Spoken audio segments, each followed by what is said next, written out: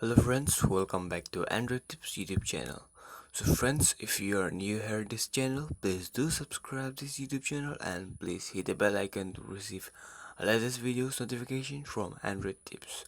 So in this video I will be showing how to use shoutout feature on Instagram. So friends, let's get started. So I'll show you how to use shoutout feature on Instagram. Um, you just need you just need to tap here to shout out anyone in your Instagram story. So after tapping here, it will open up your camera. So friends, you can either select any picture from your gallery, or either you can click. So I'll click. So friends, you can see I've clicked the picture. You can select any picture whom you want to shout out or anything else.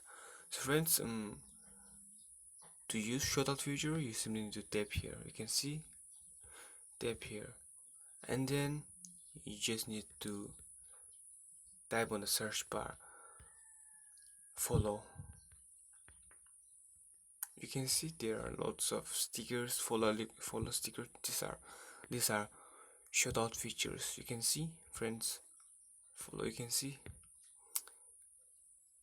So that's how we use shoutout feature on Instagram. So friends, that's it. I hope you understand this video.